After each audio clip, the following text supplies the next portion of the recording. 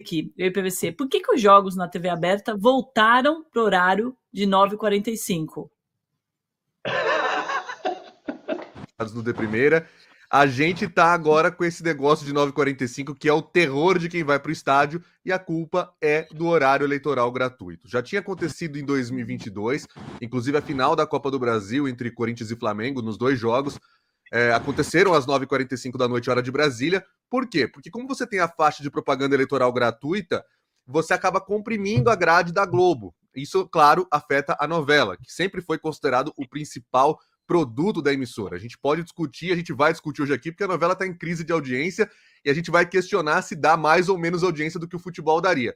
Mas o fato é que a Globo continua com essa ideia de que tem que preservar ao máximo possível a novela das 9, hoje é Mania de Você, por isso o futebol vai às 9h45. Na história do futebol a gente vai lembrar de vários casos que o futebol já foi 10 da noite, 9h50, 9h55, 9h40, sempre deu essa patinada. Desde 2019, porém, a gente teve essa padronização às 9h30 da noite, porque a Conmebol colocou esse horário para a Libertadores da América e também para a Sul-Americana, e a Globo, por uma questão de padronização da grade, aderiu. Todos os jogos desde então são às 9h30 da noite, exceto no horário de verão, aliás, no horário da propaganda eleitoral gratuita, quando a gente vai para 9h45. Só que tem uma questão aí, PVC, que é o seguinte: a Conmebol não tá nem aí para a Globo e para a grade dela, porque a Libertadores é 9h30 e ponto final, com propaganda eleitoral ou sem propaganda eleitoral. Inclusive, agora em outubro, os jogos do Botafogo não vão ser 9h45, não. São 9h30 da noite. Isso mudou, porque eu lembro, qual era a novela que passava em julho de 99? Suave Veneno. Você lembra? Suave Veneno? Era Suave Veneno. É isso? Eu acho que era. Eu lembro que eu estava no Monumental de Nunes para fazer River Plate e Palmeiras.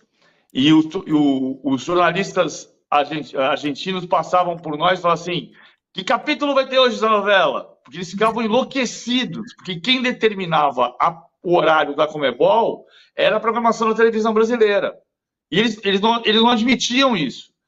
Acho que o ponto central é o que a Conmebol faz hoje.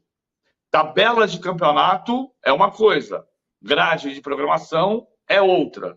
Se você comprou o direito de transmitir, você comprou o direito de transmitir no horário que o organizador resolveu colocar o seu torneio. E a Conmebol hoje é mais firme nesse aspecto. Ela quer fazer o jogo às 9h30 e o jogo às 9h30 porque ela vai atender a todo o continente. Vai jogar Atlético Mineiro e River Plate, e vai jogar River Plate e Atlético Mineiro, e os jogos vão ser às 21h30, porque o público na Argentina e no Brasil vão assistir antes de dormir. Faz uma diferença monstruosa esses 15 minutos. Muito, muito, porque a gente sabe do funcionamento das grandes cidades como é para o torcedor que sai do estádio.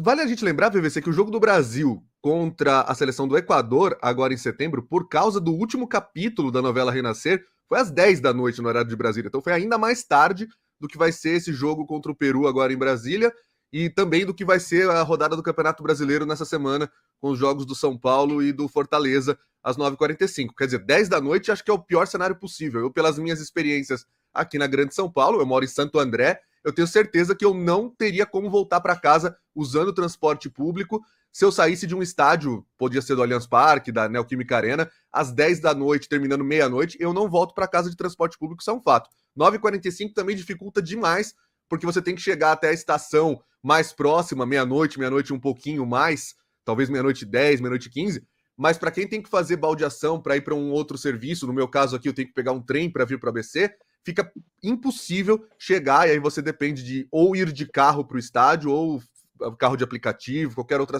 táxi, que é muito mais caro, ainda mais intercidades. É realmente muito ruim ter esse tipo de horário mais tarde na televisão, no futebol. É algo que a gente se acostumou, a gente meio que normalizou isso ao longo dos tempos, porque afinal de contas, novela é muito maior que futebol. Não tem sido essa a realidade mais, né? Mania de Você tá com 22 pontos de média. Eu nem vou considerar PVC os 15 pontos de sexta-feira por causa do apagão em São Paulo, mas tá em crise de audiência.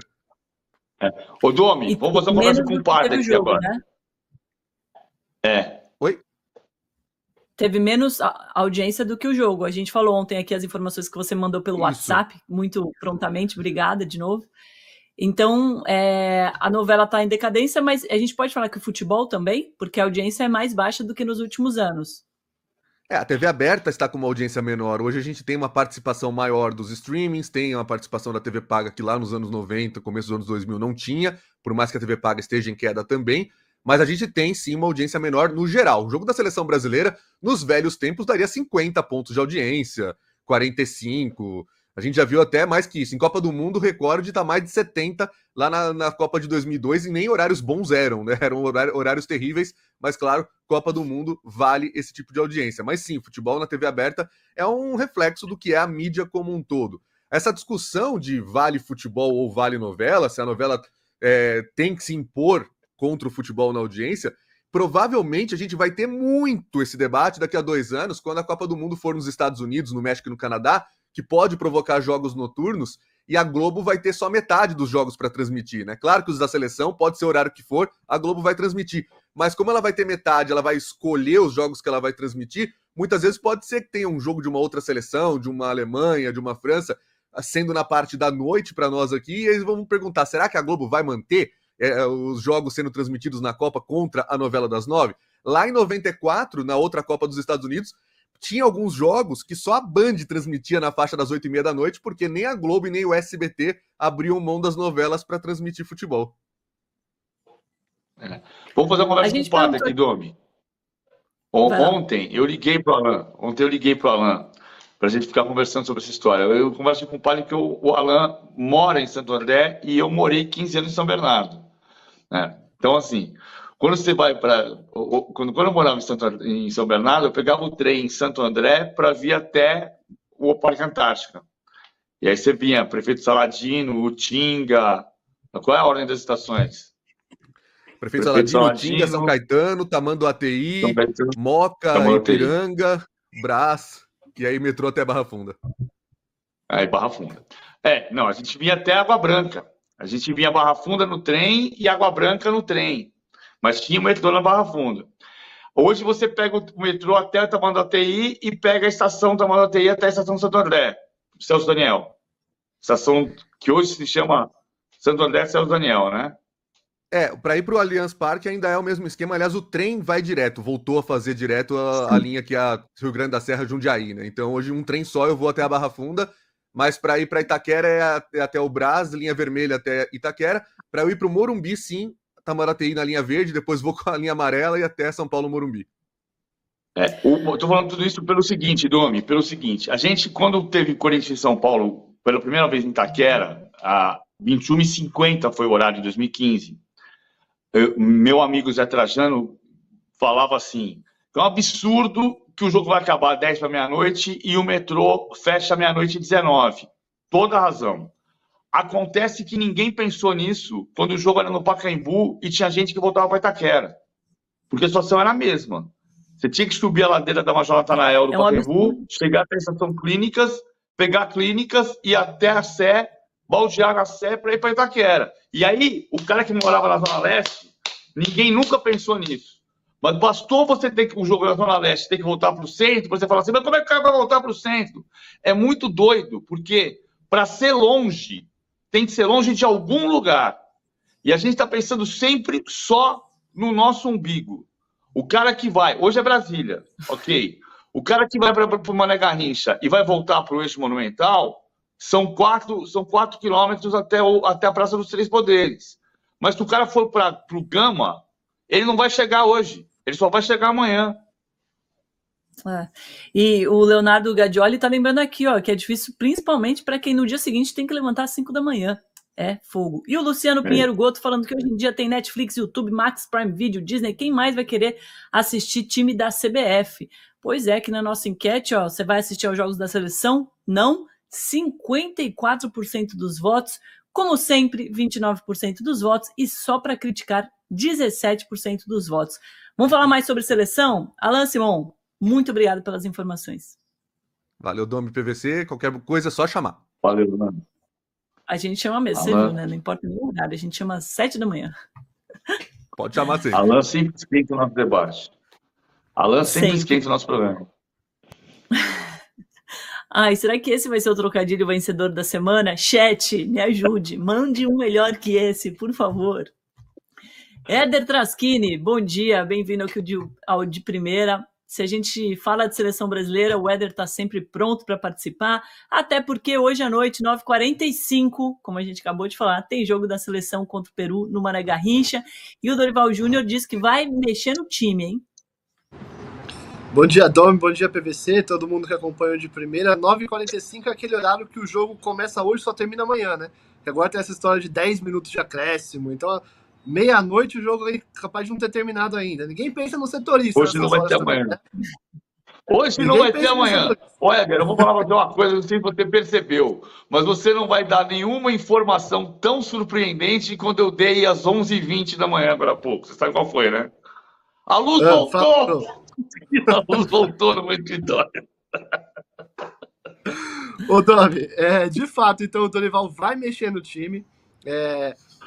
Uma das alterações é a saída do Paquetá suspenso, né, e a entrada do Gerson, e a outra é a saída do André, essa por opção, com a entrada do Bruno Guimarães, que é o meio campo que jogou o segundo tempo da última partida, e acho que funcionou até melhor do que o meio campo com o André e Paquetá. O Paquetá não vem bem em nenhuma posição, né, já foi testado como um 10, já foi testado agora como segundo volante, e não consegue render na seleção brasileira, pelo menos no...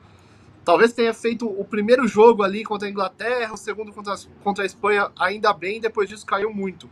Né? Mas deixa eu passar a escalação. A gente vai ter o Ederson no gol, o Wanderson, que é a outra novidade na lateral direita. Então, Ederson, Wanderson, Marquinhos, Gabriel Magalhães e Abner, Bruno Guimarães e Gerson. E no ataque, Savinho, Rafinha, Rodrigo e Igor Jesus. Vamos às novidades.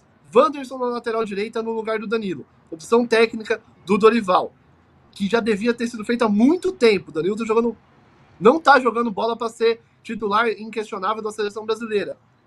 Agora, me causa estranhamento quando o Dorival, em entrevista coletiva, fala que o Danilo fez uma função como um terceiro zagueiro, que ele não subia muito para o ataque e que ele espera o mesmo de um dos laterais. Não fala isso especificamente do Wanderson, mas que ele espera o mesmo de um dos laterais.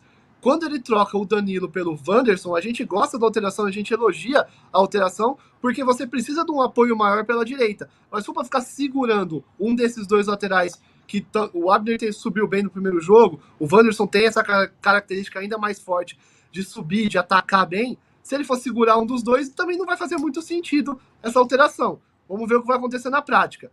E a outra alteração, além desse meio campo que a gente já comentou brevemente, no ataque, o Pedro Ivo, nosso amigo, informou que ele testou o Savinho na esquerda, o Rodrigo pelo centro e o Rafinha na direita, o que é uma alteração em relação ao primeiro jogo, quando jogou o Savinho na direita, o Rodrigo na esquerda e o Rafinha por dentro. A verdade é que esses três jogadores podem fazer as três funções. Então, se ele quiser alternar durante o jogo para confundir a marcação do Peru, faz sentido. Agora, eu não gosto do Savinho pela esquerda porque ele talvez fosse o melhor em campo pela direita. As melhores jogadas do Brasil saíram pela direita. Eu até não gostei quando o Dorival tirou ele no segundo tempo para colocar o Luiz Henrique, que fez o gol da vitória e decidiu o jogo pro Brasil. É fato. Mas o Savinho era o melhor em campo naquele momento. Talvez colocar o Savinho pro outro lado ali, para a esquerda, e colocar o Luiz Henrique, talvez a vaga do Rodrigo, ou talvez a vaga do Rafinha. Para mim, o Savinho naquele momento era melhor que os outros dois e ele saiu e os outros dois continuaram. E aí o Rodrigo trazendo ele para 10, como ele já tem feito mais vezes, né, na seleção brasileira, e o Rafinha pela direita, que é a função dele, a que ele mais exerce, né? Parou de exercer no Barcelona por conta do Yamal. Mas é mais ou menos esse o desenho da seleção brasileira, e o Igor Jesus segue no comando de ataque depois do gol marcado. Aí é merecido também que ele ganhe essa sequência, né? Vamos rodar a vinheta então, PVC? Vamos. Não era o Rafinha aqui, a Mauro, é o Lamine. Vai, JP, roda a vinheta, por favor, para o PVC explicar como é que fica então a seleção com essas mudanças que o Éder trouxe.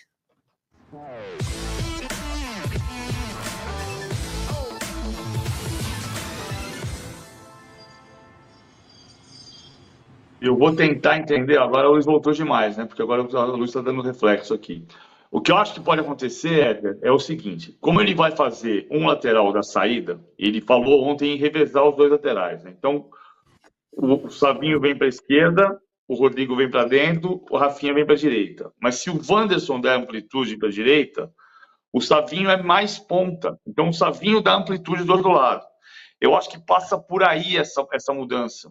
Porque o Wanderson muitas vezes vai dar largura pela direita, até porque a seleção peruana está jogando 3-4-2-1, que vira 5-3-2, e às vezes 5-4-1, e quem volta por aqui pode ser o Edson Flores, que não tem pegada para voltar com o Wanderson aqui. Então talvez essa seja uma razão para o Wanderson dar largura por aqui e o Abner fazer mais terceiro zagueiro na saída de jogo. Não é terceiro zagueiro, é saída de 3, com o Abner por aqui. Mas ele falou ontem que vai variar essa subida dos laterais, então ele pode também variar os pontos, ou seja, vai ter um momento do jogo que ele vai puxar o Savinho de volta para cá, o Rafinha para dentro, o Rodrigo por aqui, porque o Rodrigo não é o homem da largura do campo, é o Abner. Isso pode ajudar a confundir a defesa adversária. Então eu acho que passa por aqui. Ele vai fazer um revezamento entre os dois laterais, ora o Wanderson sobe e o Savinho alarga o campo pela esquerda, ora o Savinho alarga o campo pela direita e o Abner alarga pela esquerda. Acho que é isso que pode acontecer. Vamos ver se isso vai se confirmar durante o jogo e se não vai gerar uma confusão tanto na seleção peruana quanto na seleção brasileira, porque pode ficar confuso, né? Então tem esse aspecto também.